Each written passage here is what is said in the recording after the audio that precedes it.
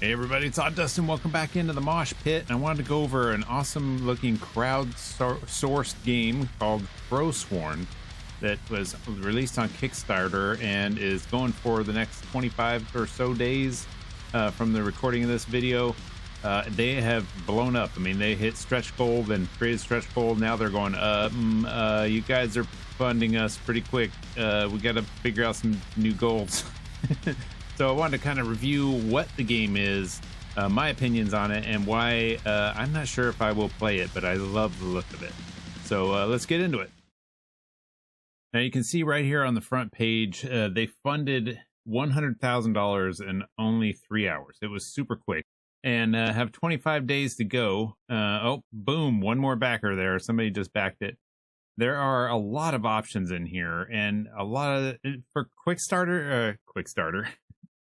For Kickstarter games, for me, I do not put money into them, mainly because there's been a few that have burned people over the years. I feel like I'll spend the money when the game comes out, is reviewed, if it comes out. But I do like to take a look at them, see what they're offering, and kind of give my 2 cents. If you're willing to throw money at a Kickstarter, then you have to realize that it's like gambling. You don't know. You might get $10 back from your $5. You might win 100. You might lose all your money, and you just have to be willing to go, you know what, I'm going to take a gamble on this. This might be a good game. And it also helps these devs with what looks like, from this one at least, is a decent amount of work that has already been put into it. So you know that they're passionate about what they're doing. And that really makes for, at least for somebody that would back a Kickstarter game, it gives you a little bit more confidence that you're going to get what you're paying for. Now, this game here, Crowsworn, is a grim fantasy world inhabited by men and monsters alike, and is action-packed Metroidvania inspired by Hollow Knight, Bloodborne, and Devil May Cry. 3 awesome games. I do not like Hollow Knight as much as the rest of the world. It was very, very difficult for me. Bloodborne, I could get through. Devil May Cry, I had a lot of fun with. Hollow Knight, not so much. There is a lot of precision platforming and skill involved there that I just could not overcome. And there wasn't any options that would give me a little bit of an edge. Like with Celeste, you can kind of tweak some of the options to help somebody who might not have that kind of twitchy skill that you need for that kind of game. I just couldn't overcome it, and it just was too frustrating for me. So, although I like Hollow Knight, I like the idea of Hollow Knight, and I also like the aesthetics of Hollow Knight, I could not get past it from a skill perspective, and so it very much frustrated me. So I'm hoping from this game that it maybe has some options for somebody like me who maybe could use a little bit more brute force and not so much precision skill, to put it lightly. You can tell, it says here that it's hand-drawn, and you can tell it does have a definite hand-drawn look to it. I like it. Explorative, platforming, immersive combat, compelling storytelling. I mean, all that sounds great on paper, or on a website, as it were. They plan to release it for Steam, PC, Mac, Linux, also for Nintendo, Sony, and Microsoft. So they're very ambitious with their release schedule. They want it on everything, which is pretty nice. I like that as well. You can see here on their stretch goals that they've already reached the 125K, which was to get it funded. 200K, they reached that to add a boss rush mode. 275K, they reached that for nightmare mode, which is a harder difficulty, I'm assuming. 325K to get the Tribunal of the Dam, enter an arena of the undead, fight hordes of enemies, so kind of a horde mode for combat. The next stretch goal here that they're trying to get to, 375K, which they're damn close to getting. I have no doubt that they're going to hit that. That's going to be voice acting. So let's breathe a little bit of life into the world. NPCs and select bosses will feature voice acting.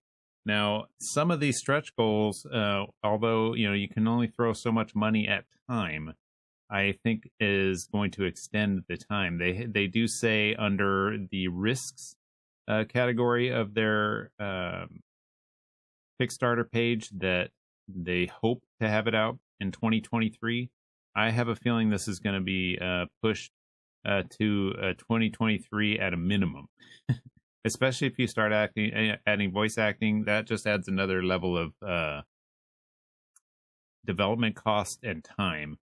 But if they hit that, I'm willing to wait for a game that has really nice voice acting. So let's hope. Let's hope. They're 500K. They had to add this. This is new. This was not here yesterday. Additional funding will allow us to add features that may not otherwise be possible. This is Crow Cart. I'm not really sure what the Crow Cart is, but they just added that yesterday or today.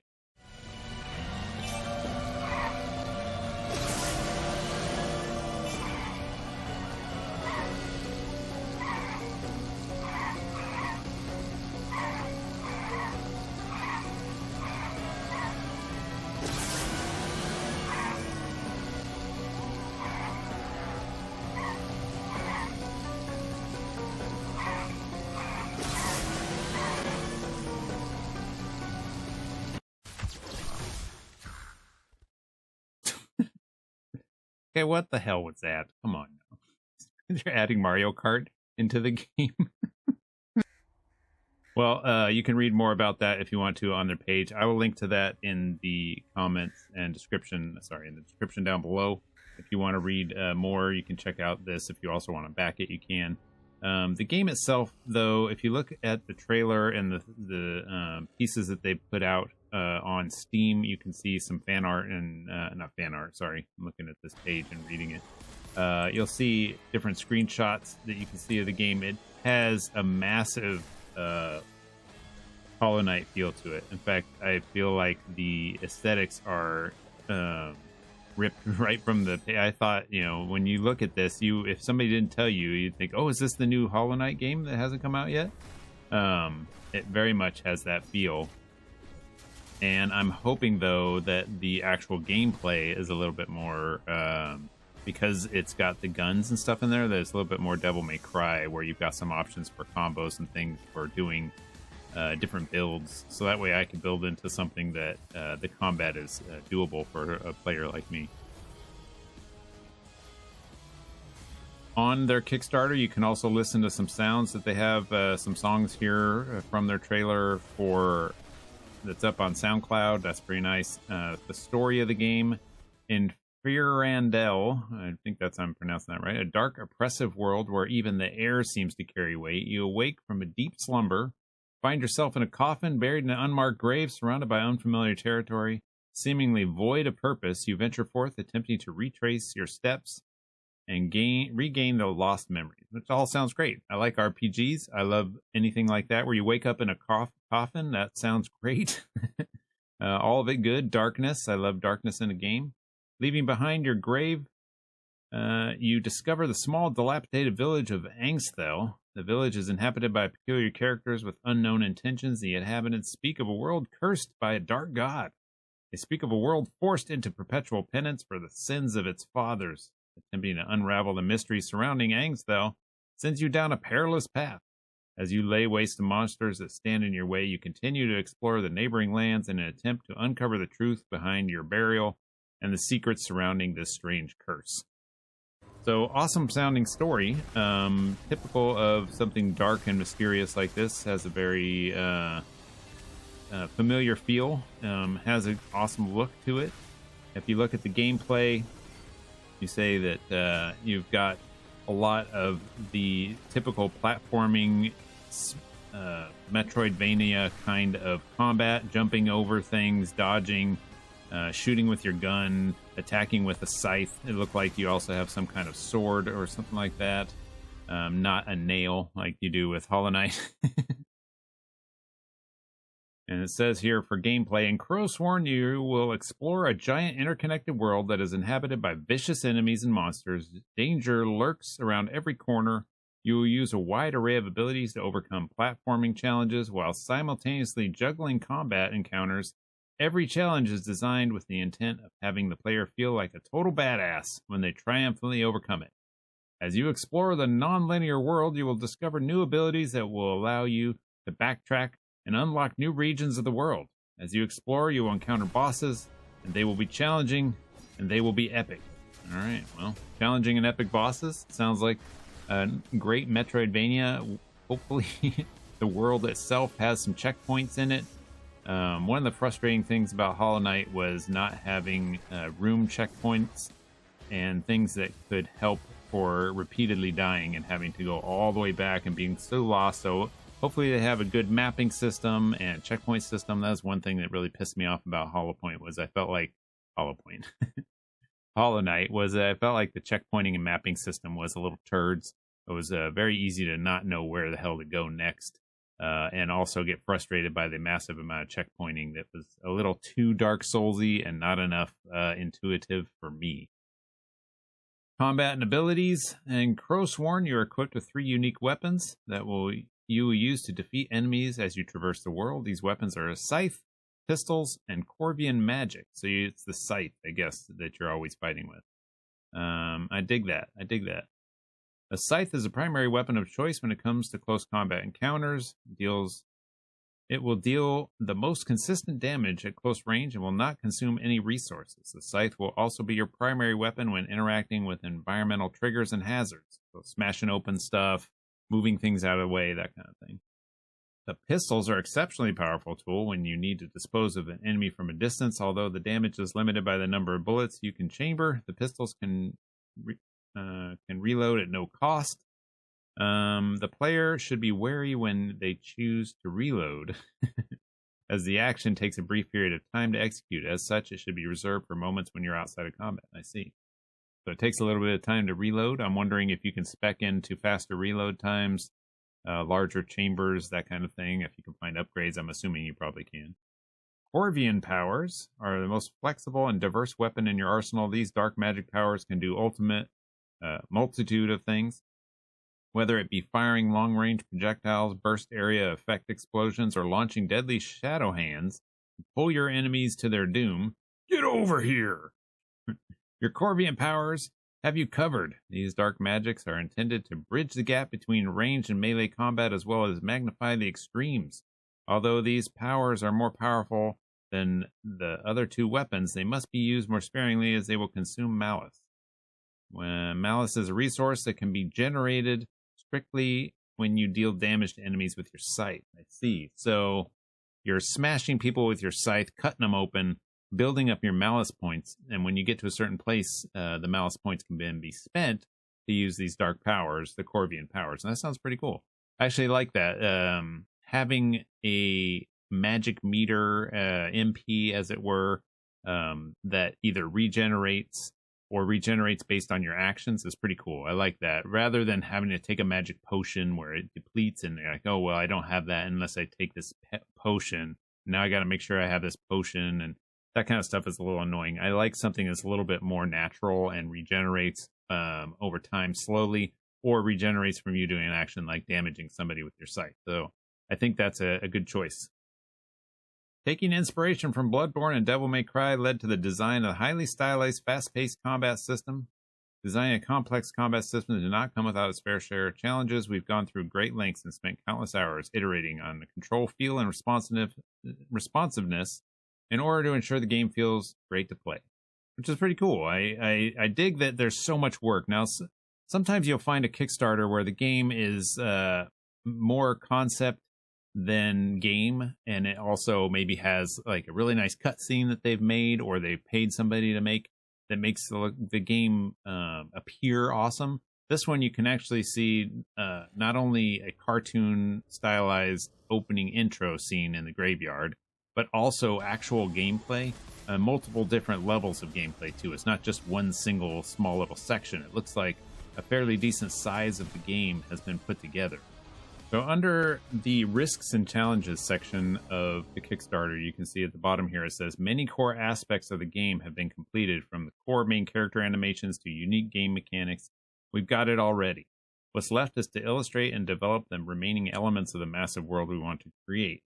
With the help of the Kickstarter community, we are sure we will be able to complete these final tasks. So they've built a lot of the core game, and what they're doing now is they have a lot of fluff and circumstance to add, if that's a way to put it. They want certain animations for cutscenes, probably. They want to have the world, which could be somewhat empty from a design perspective. Like they go, okay, well, this is this town, but we really need to build a lot of art to fill in this town. or this is this character, but we really need to design this character's idle animations and things like that. So they're wanting to do a lot of illustration. They also now are, because of the stretch goal, are looking to do voice acting possibly and add that in there, which will be quite a bit of additional work on their part. So it's good to see, though, that there is a lot of the core game done. And you can see that in the trailers, that the game itself isn't finished, but there's a lot of that stuff that you don't usually see in a Kickstarter, or you don't see that often in a Kickstarter. And that gives me a little bit more confidence that the game itself is on the right track. And speaking of that, there is a section here just above risks where it shows what you're spending your money on. So right here, it'll say, last but certainly not least, we appreciate that large projects can be complicated to manage, and it's fair for you to know what your money you're contributing for our project will go towards. Although it's impossible to be 100% precise with these projections, we believe this is a very reasonable estimate of what the money we raise through this Kickstarter will be spent on, which is also very good to see, because you don't see this in Kickstarters all that often. They're putting it out here as, hey, this is what we think we're going to be spending it on, most likely. So it's very awesome that they're being so open with us on this Kickstarter project. The last thing I wanted to cover on this Kickstarter is the tiers if you donate. If you want to give your money, like I said, I'm just going to wait for it to come out. But if you're wanting to back it, they have some interesting Kickstarter rewards for backers. So the $20 base buy-in, you get the digital copy and you get some digital wallpaper. So something to put on your Windows or Mac desktop background, Linux, if you have a Linux machine. You add a little bit more money, you go to $55, you get now an art book in PDF. So they mail you an art book. You get the digital soundtrack and you get access to the beta demo. So when the beta comes out and you want to play the demo, you'll have access to that. You spend $100, you get a physical copy. So you help them out and you also get all these other things. Plus you get a physical copy. So if you want to get it on PlayStation, Xbox, whatever. They even said that there's going to be a physical PC copy, which is interesting. I haven't seen that in quite a while. When was the last time you had a physical PC game that you purchased and had a physical disc? That's awesome. Next one up is $200. You get a physical copy of the art and lore book. So you don't just get a PDF copy. You actually get a physical art book, which is pretty cool. $275. You get this plush. You can see down here, you get this little guy here, the Grackle. He's going to be a plush. They don't have it because they probably haven't made one yet. But at Fangamer, they're working with Fangamer to create a physical Grackle. If you do $320, you get all that stuff, plus this cool t-shirt. $650, you get the Vulture right here, which is another piece by Fangamer. This is another physical piece of artwork here, a sarcophagi. Have your name forever immortalized. Oh, no, wait, this is on one of the sarcophagi in the ancient tomb. That's what it is, the Vulture. So you get to actually be in the game. Your name will be on this here. The Mage's Familiar. Work with Mongoose Rodeo to design a Corvian power ability, plus everything from the 320. So this one gives you the the ability to design a special power. If you donate $1,000, they'll name a Corvian power after you. I mean, the dark power name, some, heavy metal name. If I had $1,000 to throw at that, I make the Slayer. The Rook here is a 1750. Work with Mongoose to design an NPC for the world. So you can have your own little NPC that you designed in their world. The final design will be their property, but you will have a dialogue and quest line, all helped to be designed by you. So you can be a game designer right here and have some credits for the game. The Corvian, work with the studio, design Crowsworn mini boss. So you can actually design a boss. So this is pretty interesting stuff that they're adding here into the game. I don't know that I've seen a Kickstarter that said, hey, design a full-on mini boss. And then also the 5500 one, you get to design an actual boss. Not a mini boss, but a full-on boss. You can help them design and create an actual boss in the game. Like, when was the last time you ever heard of a Kickstarter allowing you to work with them to design these things? Now, as I said, I'm a little wary of massive amount of items that you get for donating, especially something like this where you're designing a boss or a mini boss. If the person who donated the $5,500 is a total flake and is hard to work with or an asshole, there's got to be some out for the game devs to say, look, we got to get this game out, and we can't wait on the 3 guys that donated $5,500 to work with us if they're all a bunch of idiot pricks. So there's got to be some kind of clause when you're going to donate that kind of money. But, you know, all power to them if they can get it done. I think that's just, it's a little sketchy. And I would be weary, not just as a dev, but as a donator, that this is something that isn't going to extend the development of the game and delay it quite a bit by having these mini bosses or possible bosses. I mean, these are real large donations, so the chances of somebody donating this are also fairly slim. But, you know, there's some rich gamers out there that could give a shit and would go, hey, I can design a boss and this game looks awesome. Here's my money. Give me my, you know, what's that, the meme? Take my money already. So anyways, this game looks really interesting. It has a lot of ambition. We will see when it comes out how good it is. We're still quite a few years off. I mean, it's only in the beginning of its Kickstarter phase. But it's looking promising compared to some other Kickstarters, and I think that's probably why it got so much backing so quickly, is because the game has a lot of promise to it. I will, again, pay for it when it comes out, if it gets good, decent reviews, and will try my best to get past all of the challenges where I failed to get past any of that stuff in Hollow Knight. Thanks for watching, everybody. If you like this video, throw a like on there for me. I would appreciate it, and I will see you in the next one.